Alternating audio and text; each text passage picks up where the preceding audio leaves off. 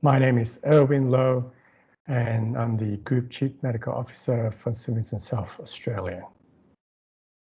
I'm here to talk to you about focusing on the future, specifically around the ethical and medical legal implications of AI, or artificial intelligence. I've got a medical and legal background, and this has always been an area of interest of mine.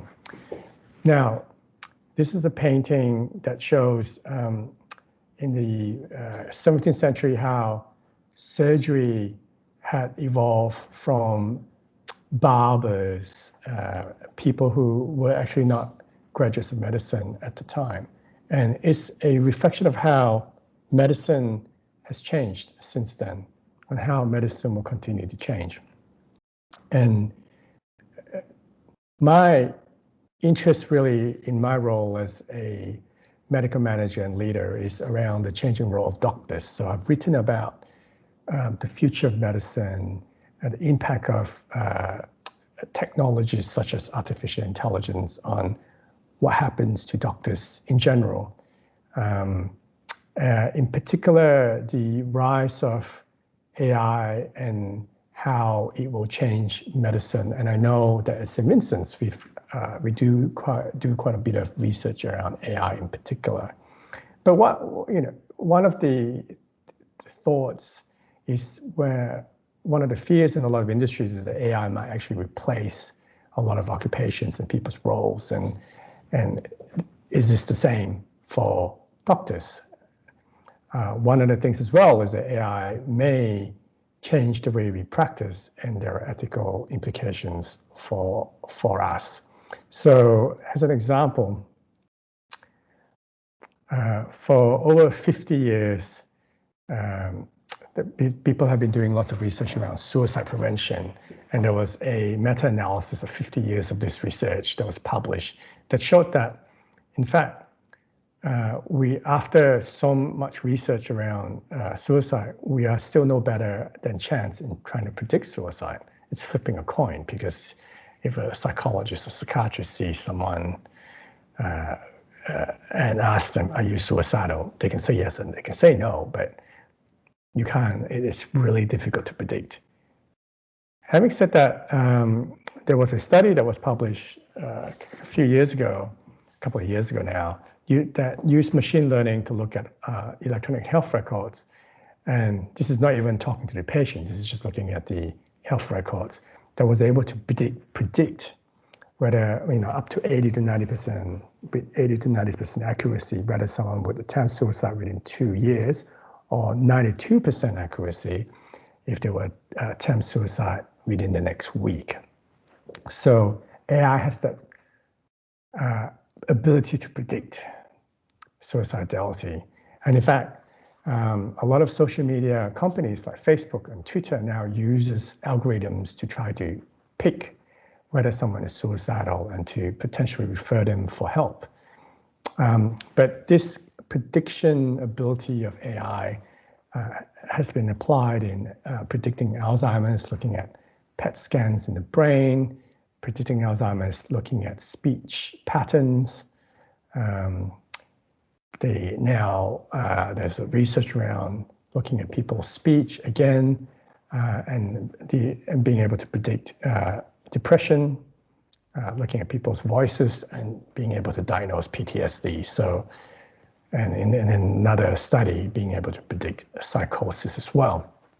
And this is not a surprise for most of us, because computers are good at picking up patterns that humans might miss. So predicting early death, for example, this is another study looking at predicting early death in genomic samples of people. So prediction clearly is an area where AI can be better than humans. Now, the issue with prediction, and so the kind of legal and ethical implication here is you can use it for good, but then you can also, some companies might be able to use it, for example, to reduce insurance fraud, but then to potentially remove people's insurance. This is one of the fears with genomics and predictive medicine, where you are able to give people probabilities of developing cancers or having an early death, but that doesn't mean that that actually might happen, but there might be implications for your insurance.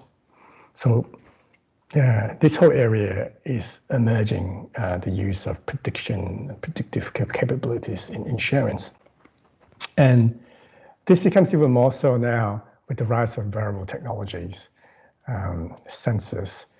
For example, people are now using technologies like this to allow patients with dementia to stay home longer so they don't have to come and be admitted. And this is a good thing. And this is combining sensors and machine learning techniques. And now there are all different wearables, from glasses all the way to rings to shoes, you name it.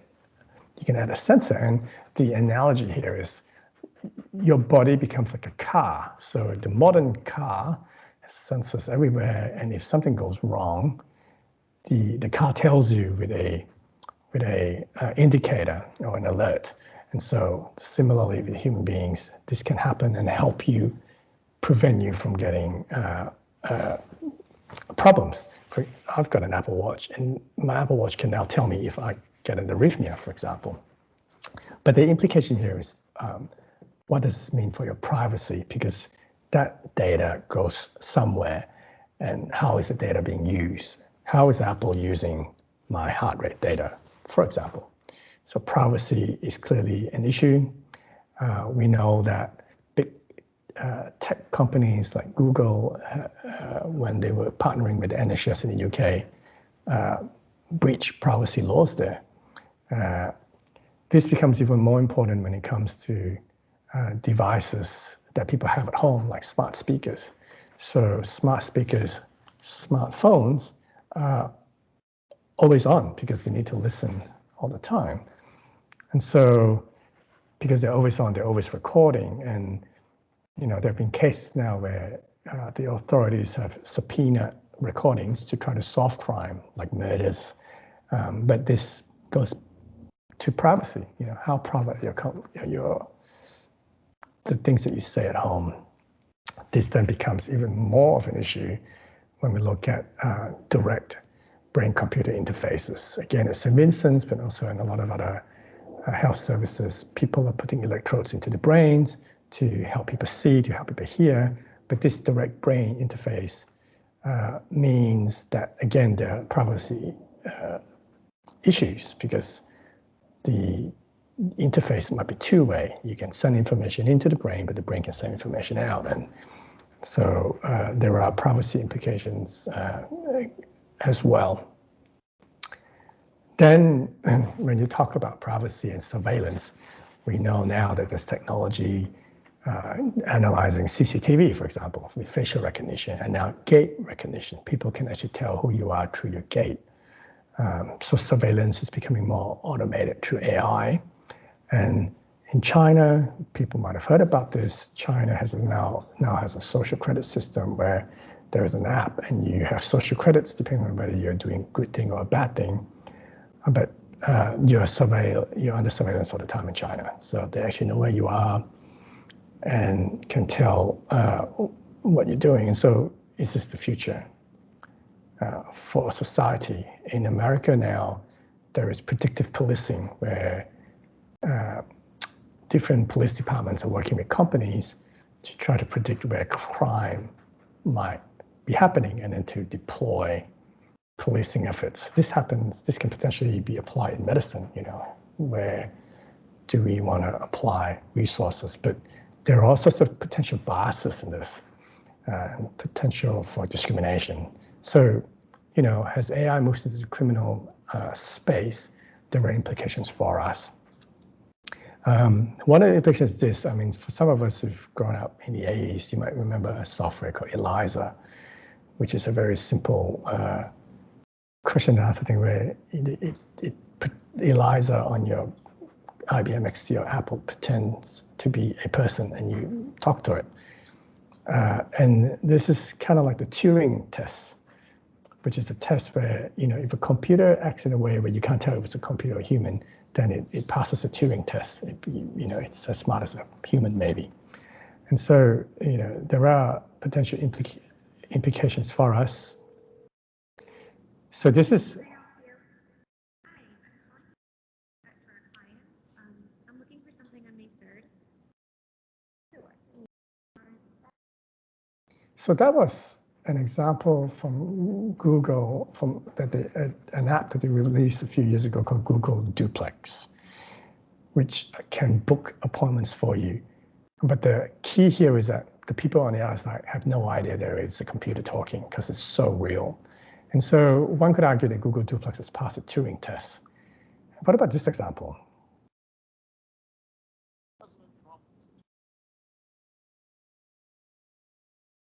See, I would never say these things.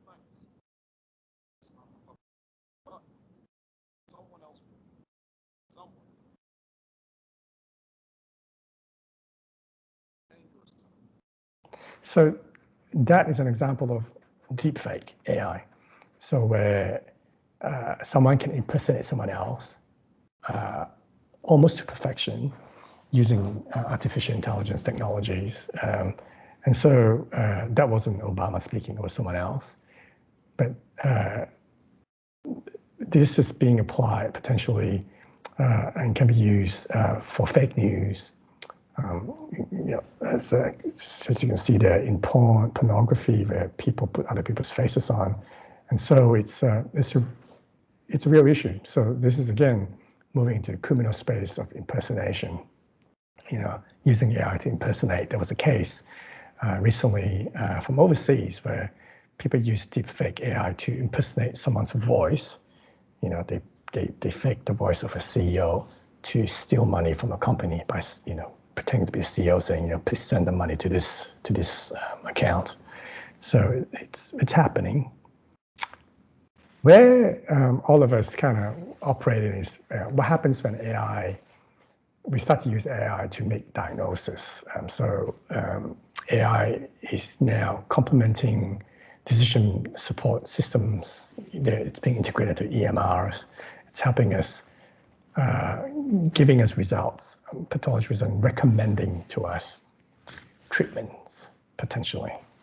So what happens when the diagnosis is wrong? When you rely on a radiology or pathology system, it's AI, and it tells us something when it's, saying it's skin cancer, it's not. Who becomes liable? So that's kind of one of the key questions. And this is an emerging area of law. It's being discussed around the world, really. In the EU, for example, from a few years ago, they almost came close to giving AI legal entity because of this very issue. Similar to how companies have legal personhood, so you can sue a company. They are saying, let's give AI a similar thing. You can have someone being a director of a company, so someone can be a director of an AI, but the AI, you can still sue the AI. So that never eventuated. It never kind of got confirmed, but it is an interesting concept. So in this example from a couple of years ago, someone relied on AI to invest money, and then they lost money. So who do you sue when AI gives you the wrong information, when you lose money? In our case, the stakes are higher. It's people's lives and people's health. So liability is the key issue here. So, and I'll talk a bit more about liability a bit later, but then what about IP? So in this case, a scientist developed an AI, which then invented a couple of things. And the scientist said, I didn't invent it. The AI invented it. I want to give AI the IP. Now, there was a whole legal case in the US. In the end, the US Patent Office refused to grant the IP to the AI because AI has no legal standing. But this is an emerging issue. Who owns the IP if an AI develops something new? Can an AI be given a patent? So intellectual property is an emerging space for AI. And then there's this issue of the black box. Now, with simple algorithms, you kind of know how it comes up with a decision because it's a flow chart, right?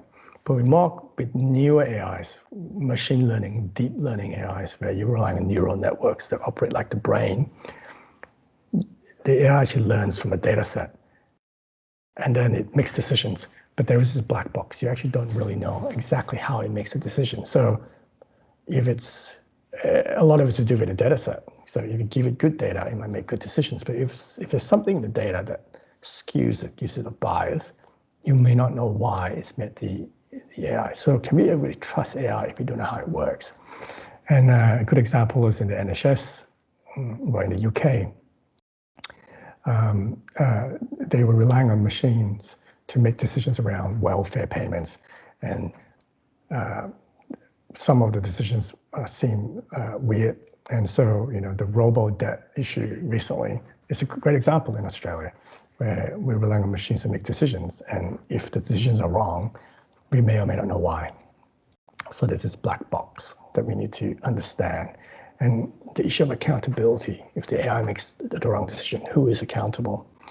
And we've got to realize that AI can have bias intrinsically in it, either because of the data or because of the programming that's been set up. So in this MIT example, they allow an AI system to look at the internet and to learn from the internet. And through the internet, because the internet has a lot of human-generated ideas, the AI can become as racist and as sexist as humans are because it's learned from us. So bias is a real issue that we need to look at. And in popular media, we know that AI, we can lose control of it, right? So I'll show you a clip from Our Mother. Imagine a doctor has 5 patients, all in need of different organ transplants, but no compatible organs are available. One day, a 6th patient enters the doctor's office with a life-threatening condition. The new patient is curable, but also an organ match for the 5 other patients. If the doctor simply delays treatment, the new patient will die, but their organs could be used to save the other 5 patients. If the doctor treats the new patient, 1 life will be saved, but 5 others will be lost. So this is a robot trying to teach a human the trolley problem. Do you save 1 life or do you save 5 lives? And for human beings, it's an ethical dilemma. And for humans, we kind of work through it.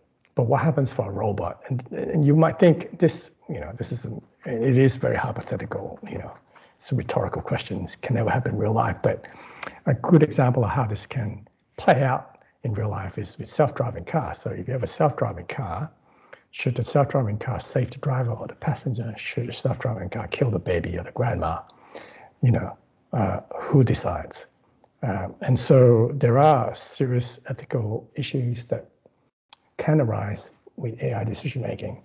And so Nick Bostrom, for example, would say he has this thought experiment. If you tell an AI to make paper clips, would it then decide, I'm going to turn the whole earth into a paperclip and kill everybody to make paper clips because it's programming? I mean, that's an extreme example. So really, the bottom line in terms of liability in AI is this: who makes the final decision?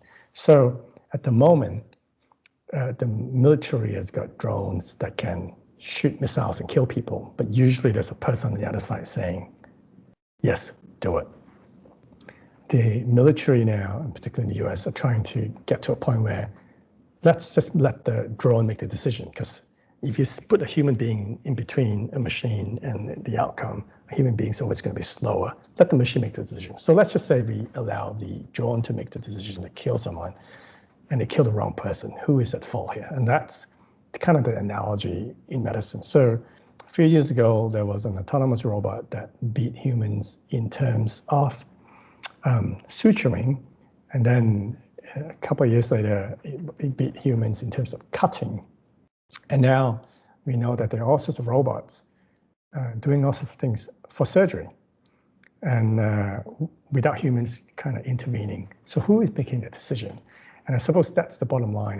It's for now, obviously the surgeon, even though you've got robots that are not quite autonomous yet, but maybe semi-autonomous, you're still there to oversee and to make the final decision.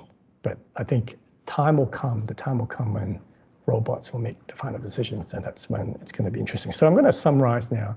So the impact of AI in terms of medical legally and ethically is in prediction, privacy, criminal law, liability, IP, and bias, and has the pace of change accelerates, and as we head towards a singularity, computers, brain powers surpassing the mouse, 2015, the human brain probably around now, and then probably all of human brains soon. It'll be interesting to see where we end up. So I'm just going to stop here and I'm going to take questions. Thank you for listening.